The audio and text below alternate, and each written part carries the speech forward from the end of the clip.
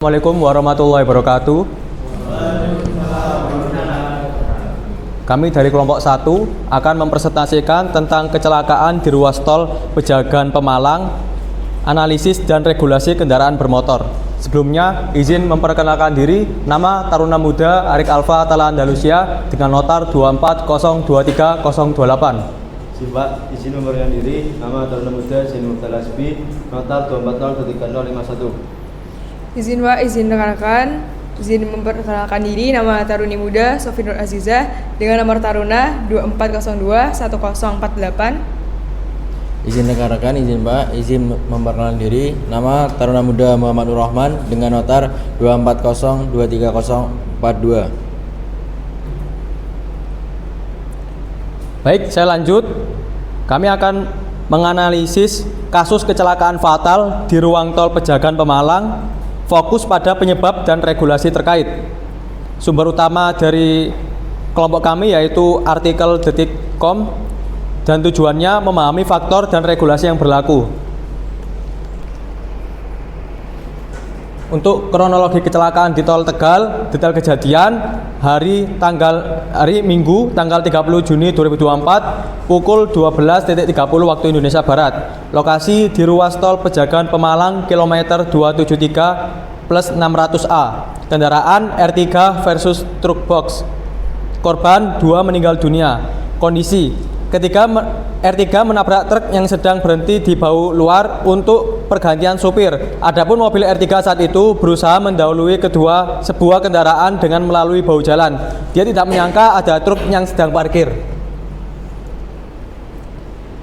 Analisis faktor penyebab kecelakaan. Faktor pengemudi diduga mengantuk atau kelelahan, kemudian parkir di bahu jalan untuk pergantian supir, dan juga kecepatan kendaraan R3.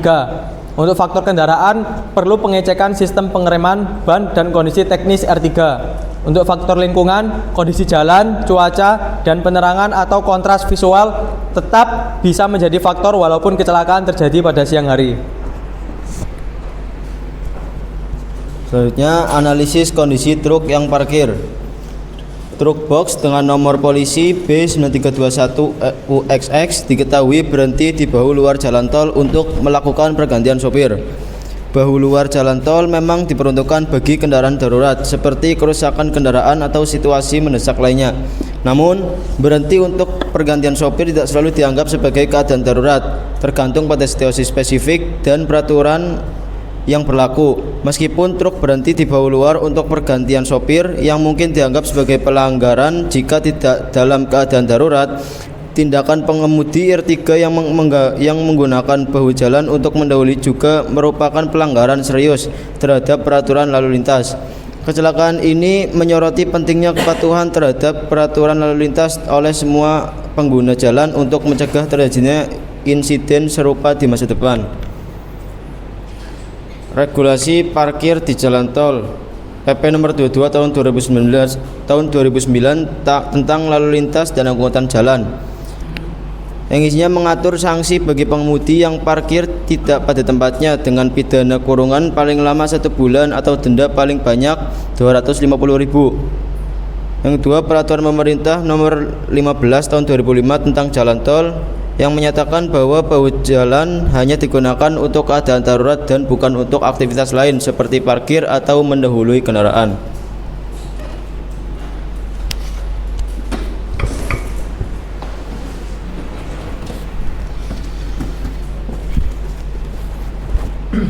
Regulasi dari kondisi pengemudi.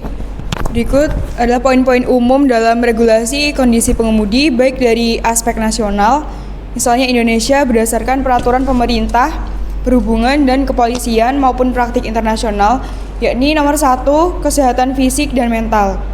Wajib sehat jasmani dan rohani, tidak memiliki gangguan penglihatan, pendengaran atau penyakit yang dapat membahayakan saat mengemudi.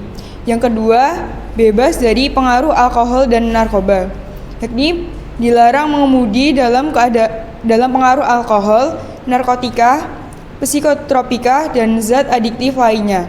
Yang ketiga, ada batasan jam mengemudi, yakni untuk pengemudi kendaraan umum dan logistik maksimal 8 per hari yakni Undang-Undang Nomor 22 Tahun 2009 tentang Lalu Lintas dan Angkutan Jalan. Wajib istirahat minimal 30 menit setelah 4 jam berkendara. Yang keempat, usia minimum dan kategori SIM, yakni usia minimum untuk mengemudi tergantung jenis kendaraan dan harus memiliki SIM yang sesuai dan tidak dalam kondisi dicabut atau suspend. Yang kelima, evaluasi psikologi, yakni untuk mengetahui supir angkutan umum atau profesional dilakukan uji psikologi berkala.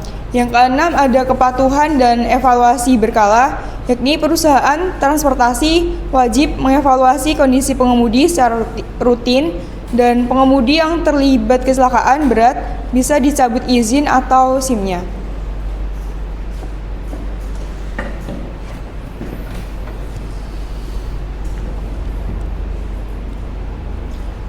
Baik, yang berikutnya regulasi standar keselamatan kendaraan. Yang pertama, persyaratan teknis. Undang-Undang Nomor 22 Tahun 2009 tentang Lalu Lintas dan Angkutan Jalan, pasal 48 berisi kendaraan bermotor yang dioperasikan di jalan harus memenuhi persyaratan teknis dan layak jalan. Yang kedua, uji berkala atau KIR. Uji berkala kendaraan bermotor adalah pemeriksaan teknis secara berkala terhadap kendaraan bermotor, khususnya angkutan umum dan kendaraan barang untuk memastikan keselamatan dan kelayakan jalan kendaraan. Yang ketiga, sanksi. Pasal 285 ayat 1 mengatur sanksi atas pengemudi yang mengendarai kendaraan yang tidak memenuhi persyaratan teknis atau layak jalan. Yang pertama, pidana kurungan paling lama 2 bulan atau denda paling banyak 500.000. Kesimpulan dan rekomendasi. Patuhi aturan lalu lintas, penting untuk mengikuti rambu dan larangan praktik di jalan tol. Yang kedua, meningkatkan pengawasan, awasi kendaraan parkir di bahu jalan untuk menghindari kecelakaan. Yang ketiga, sosialisasi keselamatan, edukasi banyak pengemudi dalam kondisi mengantuk dan kondisi kendaraan. Yang terakhir, fasilitas jalan. Tingkatkan fasilitas istirahat dan perbaiki standar keselamatan kendaraan. Berikut adalah yang dapat kita sampaikan dalam presentasi kali ini.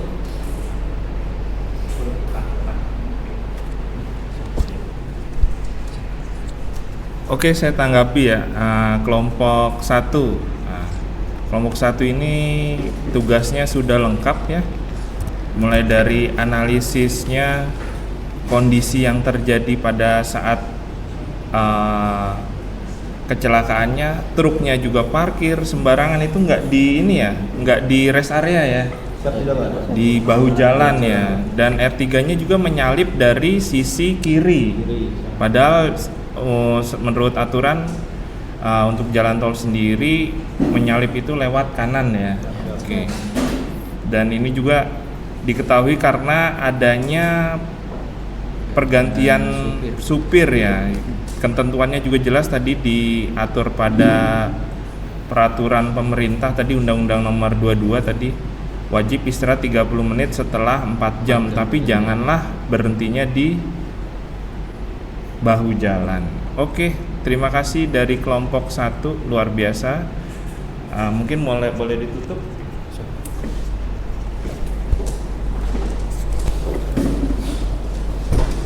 Mungkin itu saja yang bisa kami sampaikan. Kurang lebihnya mohon maaf. Wassalamualaikum warahmatullahi wabarakatuh.